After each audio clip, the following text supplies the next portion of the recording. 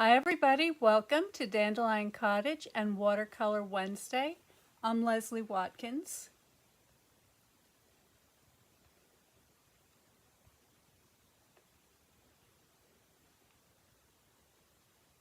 Today I thought we'd do something simple. I've got a lot of new people that are watching the channel, and there are folks that have never used watercolor before. So I thought we'd just do a single flower, and I'll show you some basic brush strokes.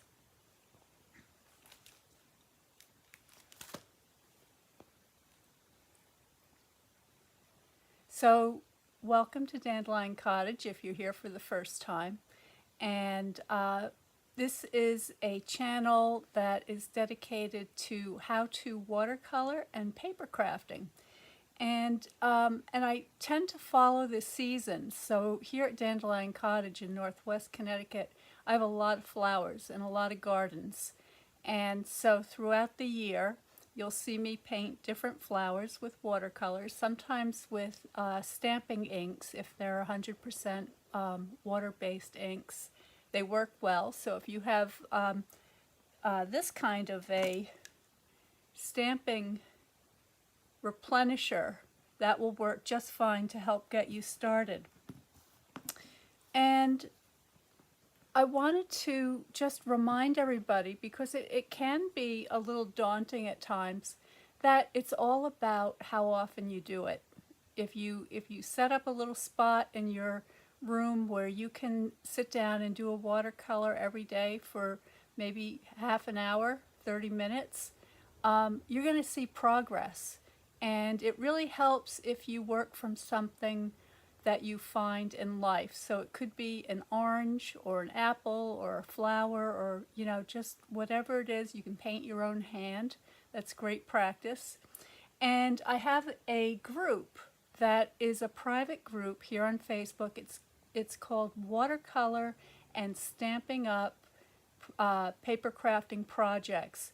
And I'd love for you to join us over there, because I'm going to be adding some additional content that you may find helpful. So please go ahead and look for that. You can also leave your name in the comments below, and then I'll be able to recognize it. So when you ask to be invited in, I'll see your name, you'll get right in. So I hope to see you there. Let's get busy. Now this is going to be a very basic video. I'm going to go over the least amount of supplies that you would need to get started, and what you can do to just get your feet wet, as it were. Okay, so let's take a look. So first of all, I have some watercolor paper, and if you're interested in any of these products, I will be placing a link that will bring you to some recommended supplies. This is a fluid watercolor, fluid 100 watercolor paper.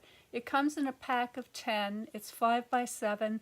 The important thing about this is that it's 100% cotton.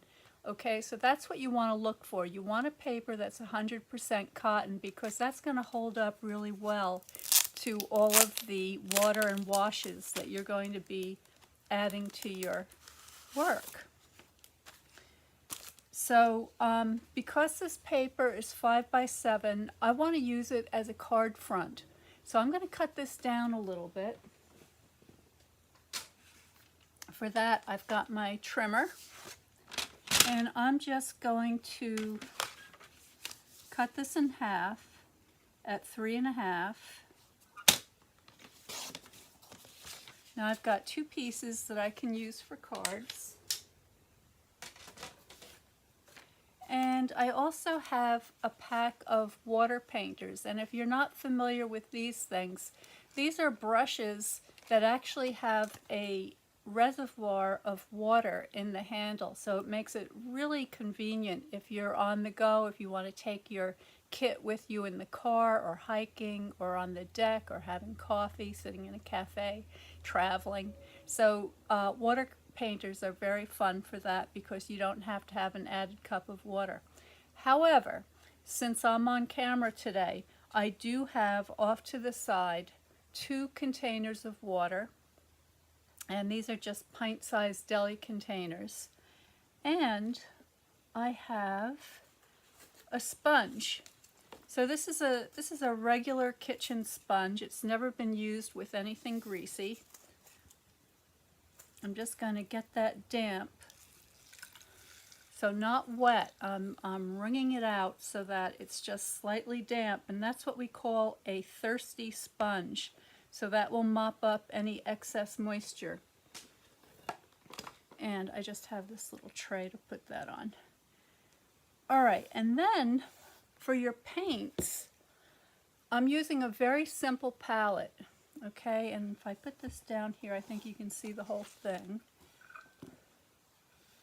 So I've got yellow, red, and blue, and yellow again. Now they look different, but it is the same yellow. So this yellow just has some of the blue mixed in with it. This one looks like it has some of the red mixed in, so it gives it a kind of a warmer cast. But it's yellow, red, and blue, so you do not need to spend a lot of money on a lot of different colors that are not necessary, especially initially when you're just learning how the colors mix together, what the combinations are that you can get. And using a limited palette is going to help your composition hold together so much better than if you introduce all sorts of other colors. So try to be disciplined and limit yourself to 3 colors when you're just getting started. I've been painting for a really long time, and I still only have about 8 colors in my compact travel kit. I do have some other colors at hand should I ever want them, but really these are the 3 colors that I use mostly, with occasional other color. So I've picked out the medium brush, and I'll show you what these brushes look like too. So in this pack of water painters, you get 3 brushes. You get a small, a medium, and you also get a flat. And all of these sizes come in handy. I typically use the medium mostly. It's a good idea to use as big of a brush as you can so that you don't get too fussy with the little brush. And the flat brush is great for adding washes, doing buildings, and lots of different things. In fact, I'll show you some of the options you have when using the flat brush. So I just want to check my settings, see if you can see me. Adding washes, doing buildings. There we go. Okay, so you can do a quick pencil sketch.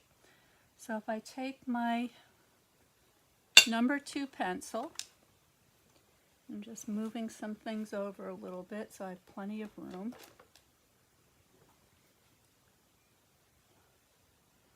The other thing I want you to consider, and I'm going to zoom you in a little bit so you can see this better. The other thing I want you to consider is the direction of light. So in my North Light studio, I have a natural light window that's to the upper left, and that illuminates the area of the studio coming from the left, and the shadows then fall to the right. So if let's see. So there is an example of the cast shadow from this little bottle of ink, okay? So that becomes very important when you're observing your specimen. So in this case, I have this very simple Rudbeckia, which is a black-eyed Susan, which I love and are blooming their heads off right now in the gardens. And so as I observe this and consider how I'm going to be arranging it on the paper, I'm also thinking about the way the light moves around. So I'm going to put it right in front of me, and I'm going to shift it a couple of times because I'm going to use this single flower and I'm going to paint a composition that is of the same flower used multiple times to give the impression of a little bouquet. So let's do a vertical for the bouquet, and I'm going to go kind of fast. You can go back and rewind later as you'd like. And I'm not concerned about doing a very carefully drawn out image, okay? And I know it's a little bit light right now. You'll be able to see it better in just a few minutes. What I'm interested in doing is getting my focal point established, figuring out how I'm going to arrange all the different flowers. I'm going to hold it for just a minute so I can get it exactly pointing in the direction that I like.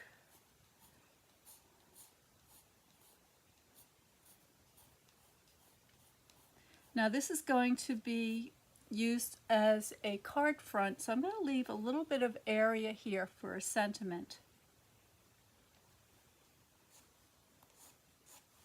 Just adding some stems, maybe a leaf or two. Alright, so let's see if you can see that better. See, so it's very light, just a very, very light pencil line with not a lot of detail. But what I've established is the placement of all the 3 separate blossoms on the paper, and I've also created this kind of general sweep, okay, going down the page. Now I'm going to bring my palette over so you can see the colors better.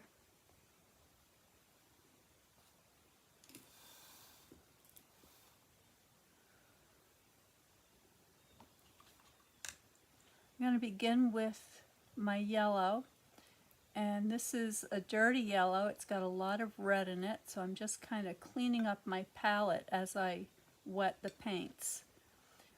I do not clean my palette in between sessions until I know what I'm going to be painting, because a lot of times the paint that's already on the palette can be reused. I'm going to start with a lighter yellow. I'm adding plenty of water to lighten that up, and let me bring it down a little bit more.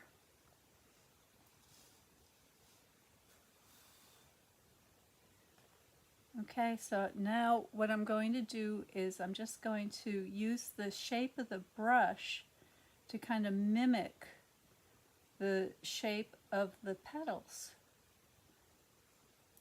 And as I do this, I'm using the pencil lines as a guide, but I'm also looking at my specimen to see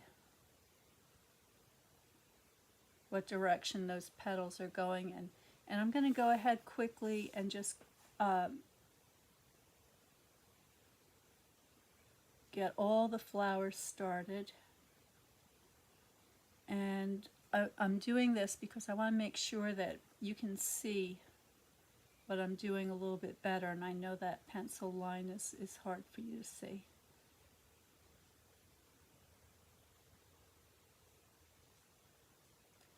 Okay, and then I'm mixing a little of that yellow with the blue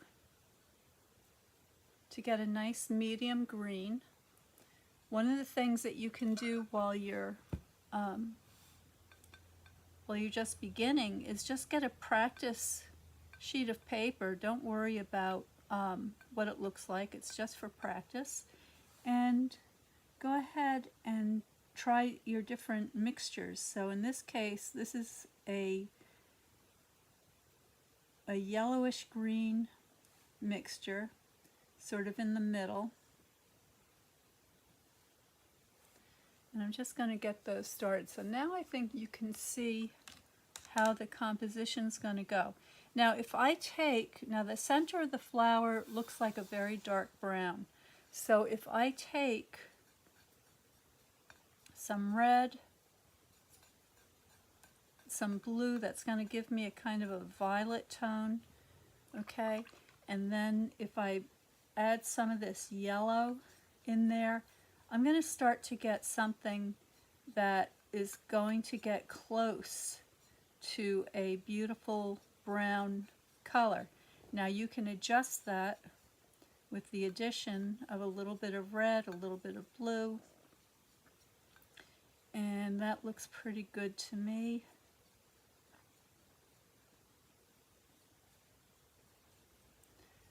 Warm it up a little bit with a little bit of yellow, and I'm going to use that for my centers. Now this is fairly dark, but at this point I don't want to go full strength, okay? I'm going to work from light to dark.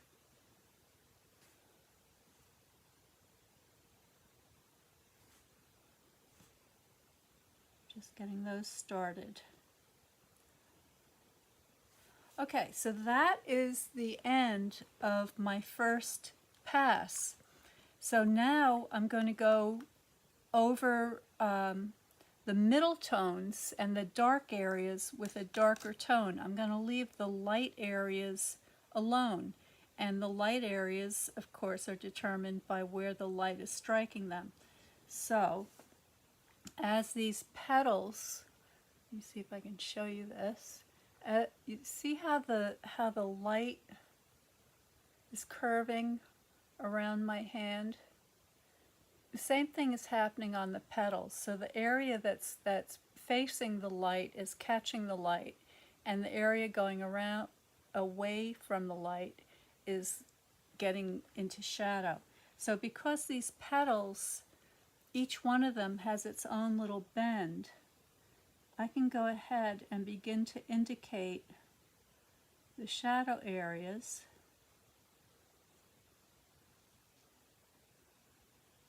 Like so, and I can take a little bit of water. There's no paint on the brush now, just a little bit of water, and that's going to help soften that edge and blend that into the light area, so there's a nice gradation.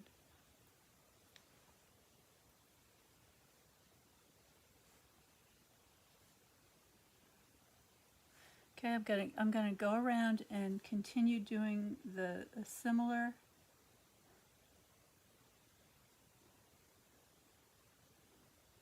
shading on the other two flowers, softening.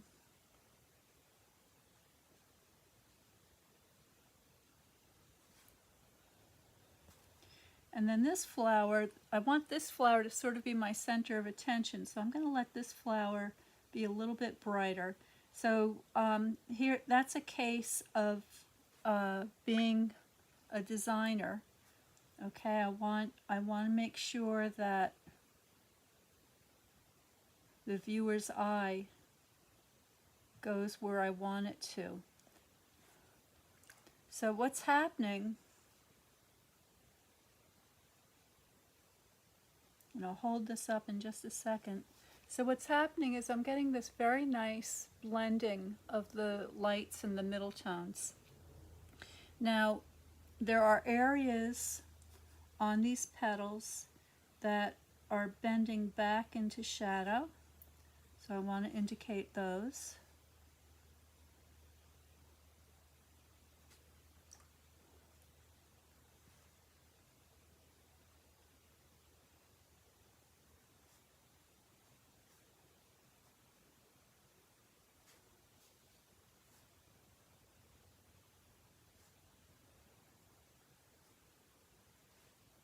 If you have any questions, go ahead and post them in the comments. Let me know that you're here, and tell me where you're from. I love to see where everybody's from.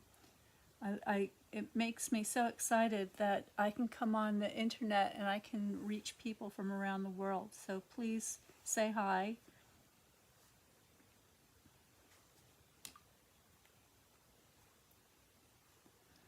Okay, now for the leaves, I'm going to do the exact same thing. I'm going to take this time a little bit of a darker mixture of green. So for that, I'm adding a tiny bit of blue to my green mixture. And the area under the flower is going to be a little darker because there's a cast shadow from the flower. Same on the leaves.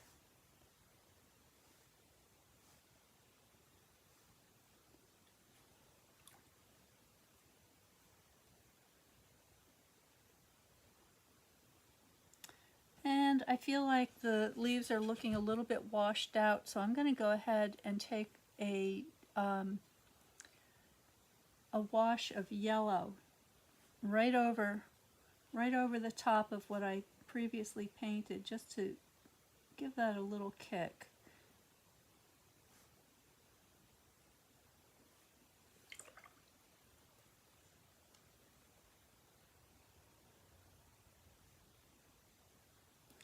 Okay, we're just about done, and I'm going to go back into the centers, and this time with that darker mixture of the brown, and I'm going to add that just on the shadow. Oops, that's a little bit wet. That's okay.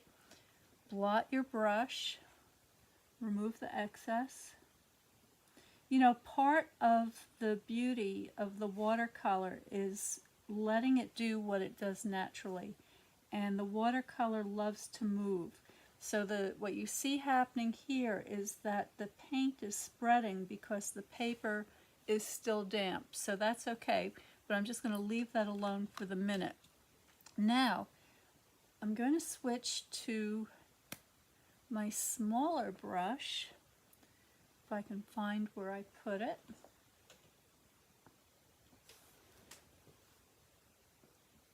Okay, if you've been watching for a while, you know that things magically disappear right in front of my very eyes. Here it is. Got it. Okay, so I'm going to use the smaller brush that has this sharper point, and I'm going to use this like a pencil. And let me get a clean puddle here. So I'm going to take my yellow and I'm going to add a little bit of red to it so it's slightly darker. And I'm going to see if I can indicate some of these beautiful ridges. And now I'm being a little more careful about the drawing of the flower.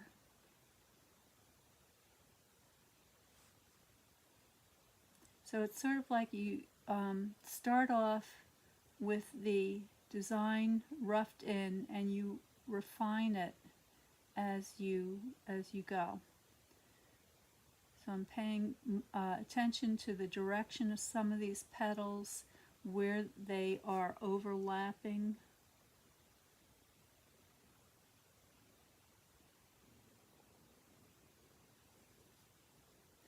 I can add a new one.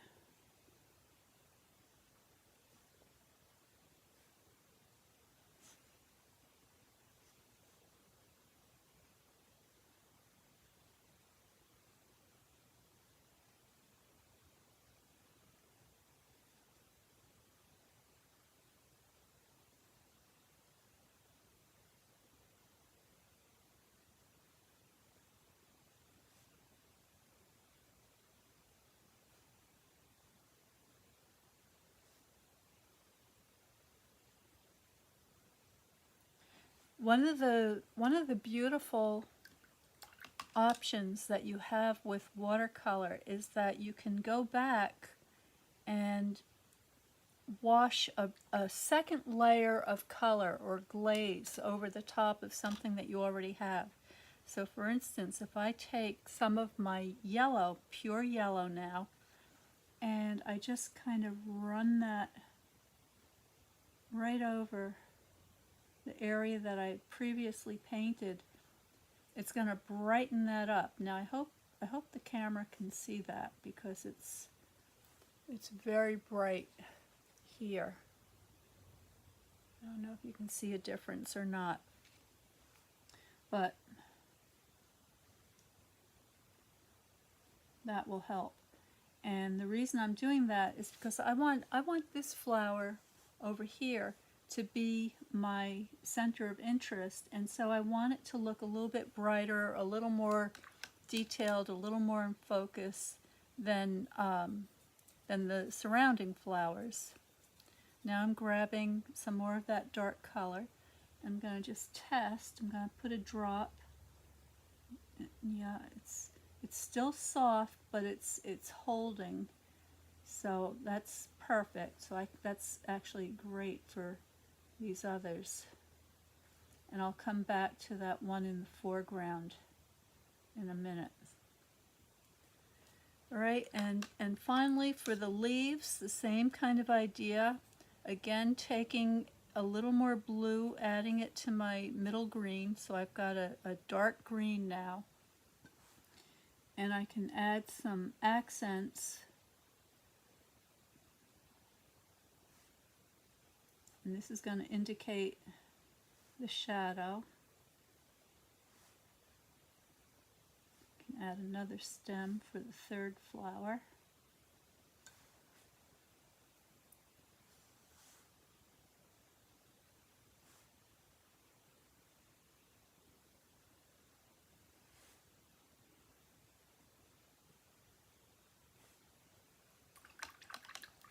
And finally, I'm going to add my darkest darks sparingly. In this case, I'm going to add just a little touch of violet.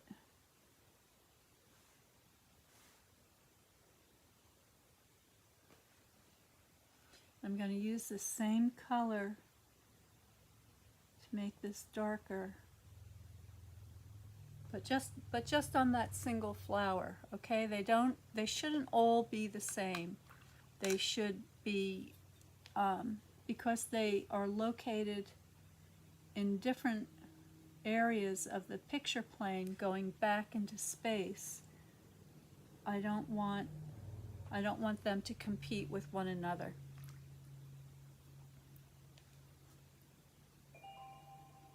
Okay, and that's it. That is my card front.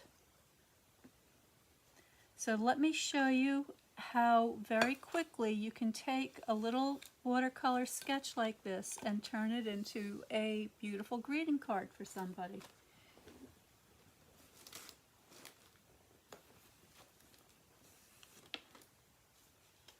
So I have a card base ready.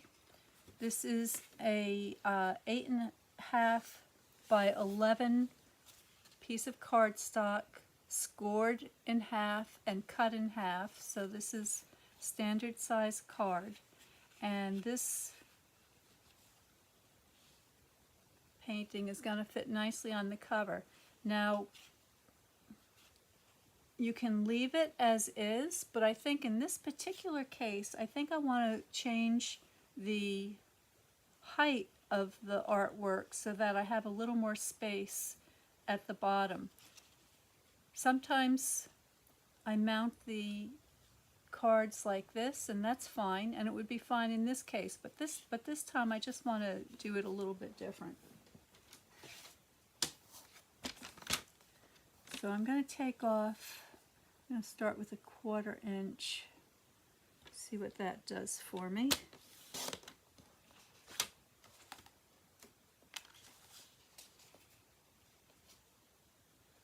I think that looks good.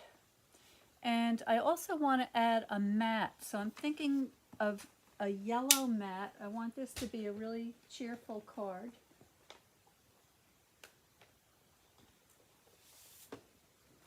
So this is called Daffodil Delight, and I like that. So I think, let me give this a quick measure.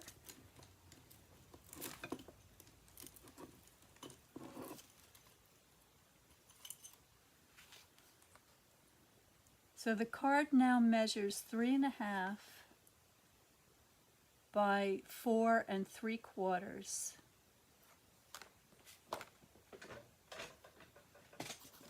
So I'm going to trim this to 5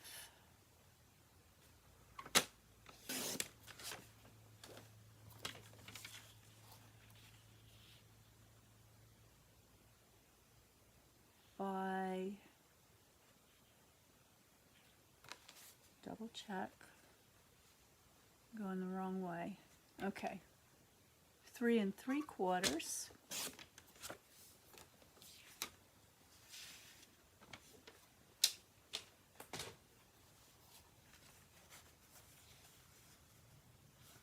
So that's my mat, and that's going to go on nicely here. Now what I want to do is find a sentiment. So I'm going to look in my stash here and see if I can find something.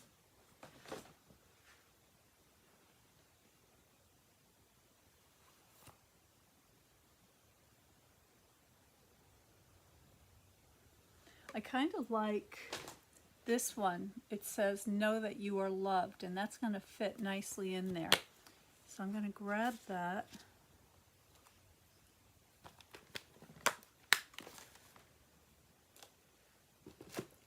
I'm going to mount it on a clear block, and for the sentiment I'm going to use a green.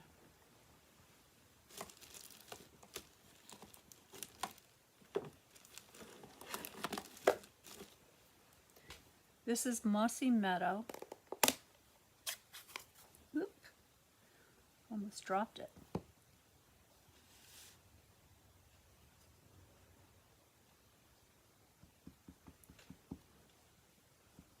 Okay, so now I'm just going to make sure this is right side up.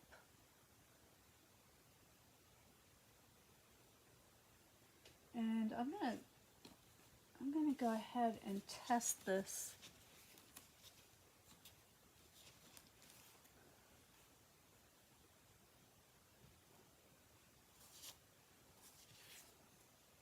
Right, that looks beautiful. I'm happy with that. Now I could actually tear this out and add it, which might be kind of fun. So let's do that. So you can either stamp directly on your artwork, but I like the way this looks so much on this paper. I think what I'm going to do is I'm just going to give it a tear. So to do that, I'm going to get my ruler out again.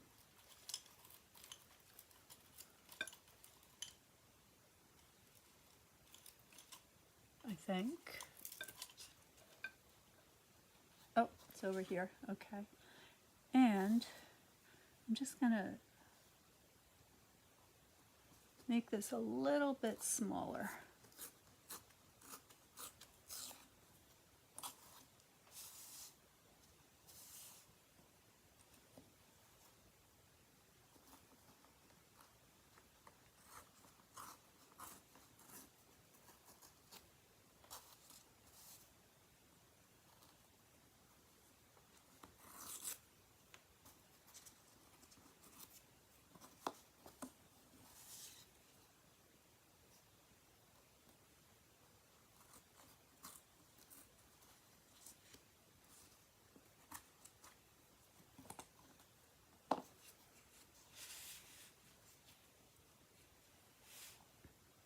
A little bit too wide. I'm going to make that a little bit smaller on this side because I don't want to cover up my leaves.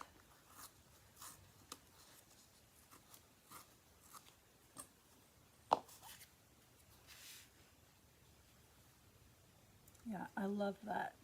Okay, ready to assemble. I'm going to begin with my liquid glue, and I'm just adding a bead of glue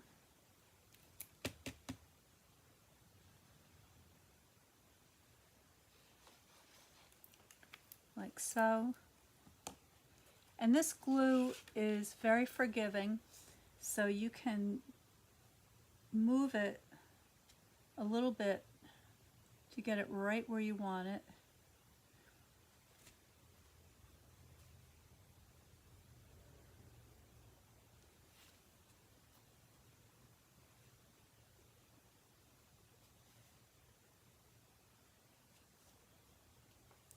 Okay, there we go.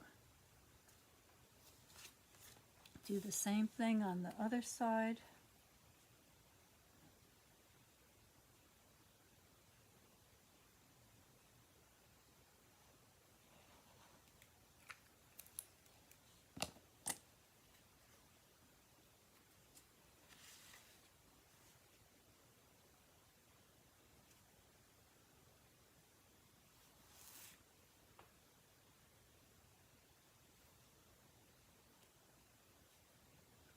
And then for my sentiment, I can glue that right down on the front here like that, or I could raise it up on dimensionals, and I think that might be fun in this case. So dimensionals are just these little foam pads that raise things up slightly. They have stick on both sides, so if you just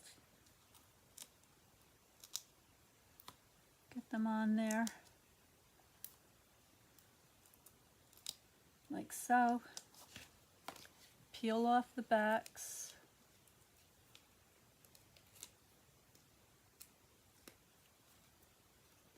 And then get this situated. There's your beautiful handmade card. So I hope that encourages you to get started. Don't be afraid. Just enjoy your time painting, and don't forget to join us in the Watercolor and Stamping Up Paper Crafting Projects page. We'd love to have you there, and you can also share what you make there so everybody can see it. And it's a very supportive and very talented group of paper crafters and watercolor papers. Please like and subscribe. If you're interested in getting on my email to be notified of upcoming classes, events, and workshops, you can do that by going to dandelioncottagedesign.com, and you can sign up for my email there. If you're on Facebook, there's a subscribe button up on the top, and if you're watching on YouTube, you can find the link in the description below. So thank you so much for watching. I hope you have a lot of fun doing this. Stay well, be happy, and stay creative. I'll see you next time.